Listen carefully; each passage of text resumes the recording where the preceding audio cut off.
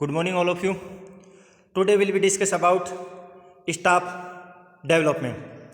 Staff development means क्या होगा कि जैसे कि अपन को स्टाफ चाहिए तो अफेक्टिव स्टाफ लेंगे, जैसे कि हॉस्पिटल है, ऑर्गेनाइजेशन है, करना है तो उसके अंदर जो अफेक्टिव स्टाफ चाहिए जैसे कि सीनियर, जूनियर और हाई अथॉरिटी, ओटी स्टाफ्स है और पीडियाट्रिक्स और अदर्स। इसके अंदर सबसे पहले अपन देखेंगे effective staff development. Effective staff developments definition.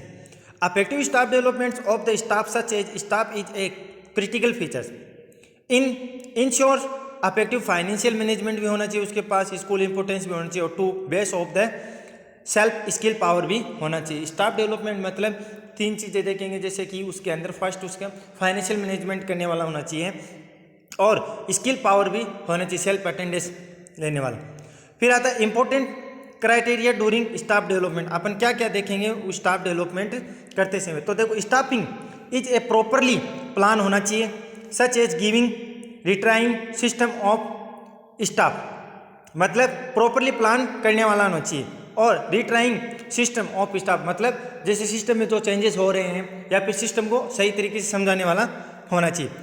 फिर अपन करेंगे check the appropriate level staff का before standard of staff development, standard भी होना चाहिए, ये सब चीज़ें उसमें चेक करेंगे। Staff developing process such as continuous और इम्पोर्टेंट अप वर्किंग प्रैक्टिस, मतलब स्टाफ डेवलपमेंट है, एक बार देखेंगे न्यू एम्प्लॉयज है, अब वो उस माहौल में डल रहा है तो उसके बाद में अपन देखेंगे उसमें इंपॉर्टेंस यानी इंप्रूवमेंट हो रहा है या नहीं हो रहा है, और वो उस प्रैक्टिस के अंदर ढल रहा है या फिर नहीं ढल रहा है, उस सिचुएशन में अपने आप को हैंडल कर रहा है या फिर नहीं कर रहा है, वो चीज़ें देखेंगे। फिर आता है arrangement of suitable time table such as well plan timing table maintenance staff development process, मतलब उसमें टाइमिंग प्रोसीजर होनी चाहिए और क्या होना चाहिए, वेल प्लान करने वाला और मेंटेन स्टाफ डेवलपमेंट करने वाला। फिर आता है benefit of the staff development, यानी अपन ने जो स्टाफ डेवलपमेंट किया है उसका क्या बेनिफिट है वो अपन पढ़ेंगे। तो देखो सबसे पहले development all over staff skill power होना चाहिए, ठीक है। Teacher are able to provide a good education of childrens, जो टीचर है वो भी गुड एजुकेशन प्रोवाइड करा सके चिल्ड्रंस को। There is no unnecessary duplication during working condition, तो अननेसेसरी अनवांटेड कोई भी ऐसी थिंग्स या फिर प्रैक्टिस नहीं होनी चाहिए। To the basis of staff development maintain a high level moral value for all timing staff, ठीक है। ट्रेनिंग स्टाफ मतलब क्या होना चाहिए, बेस्ट स्टाफ डेवलपमेंट्स में maintenance high level of moral होना चाहिए, वैल्यू होनी चाहिए और ट्रेनिंग स्टाफ होना चाहिए। हमें नेक्स्ट आता है in the base of staff development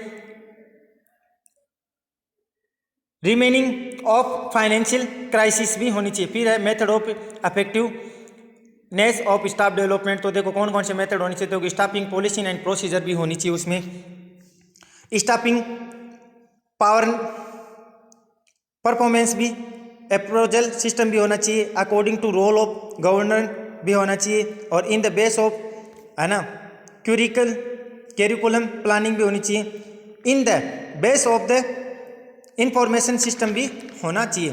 फिर अपन नेक्स्ट टॉपिक स्टार्ट करते हैं आज, बजट। बजट क्या होता है, बजट मीन्स होता है जैसे कि अपन को मान लो कोई हॉस्पिटल स्टैब्लिश करनी है तो उसके लिए सूटेबल जो फील्ड है वो होना चाहिए, यानी जगह, ठीक है, कितनी जगह होनी चाहिए, कितनी बड़ी अपन हॉस्पिटल खड़ी कर सकते हैं, यहाँ पर कितना स्टाफ होगा इसके अंदर और कितना खर्चा होगा, एक्सपेंडिचर, ये सब बजट के अंदर आएगा। तो बजट की फर्स्ट अपन डिफाइन देखते हैं। Budget is A appropriation plan for the defined period, usually a year, and expressed in financial terms and based on expected income and expenditure is called plan।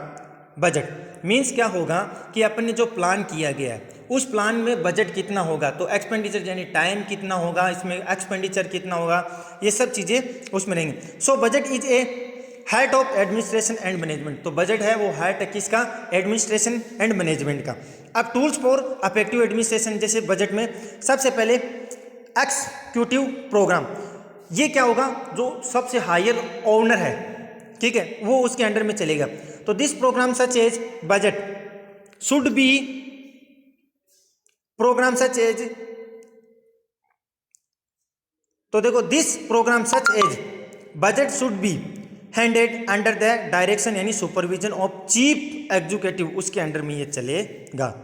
फिर आता है एक्सिक्यूटिव रिस्पॉन्सिबिलिटी। तो the chief को executive जो responsibility मिली है must be visualization करेगा और departmental programme and maintain a suitable way of experience of budget. ये चीज़ें कौन देखेगा?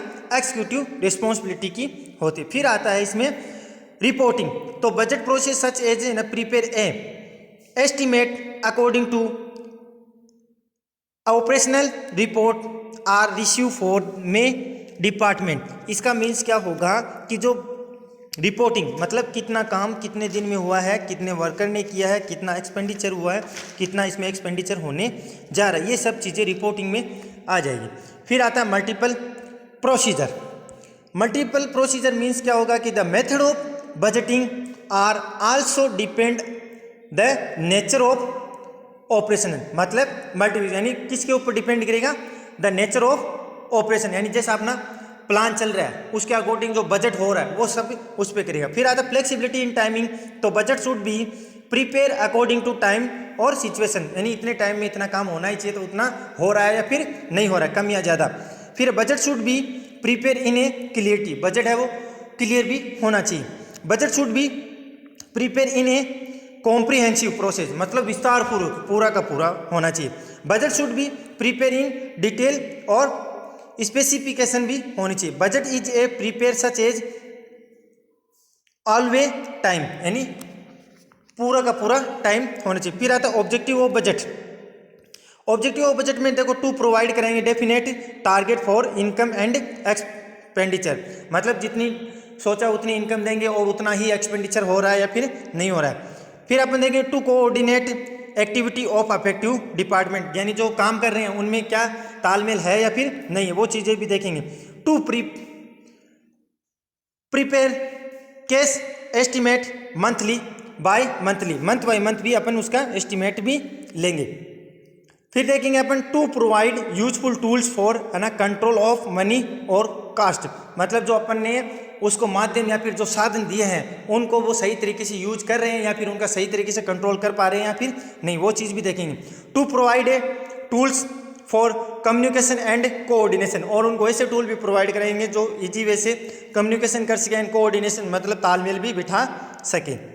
फिर आता है to provide tools to improve financial planning and decision making, और इम्प्रूव होनी चाहिए फाइनेंशियल प्लानिंग, मतलब इतना खर्च होगा इतने वर्कर को मिल जाएगा, इससे ये बेनिफिट होगा, वो भी अपन डिसीजन मेकिंग भी लेंगे। और टू आइडेंटिफाई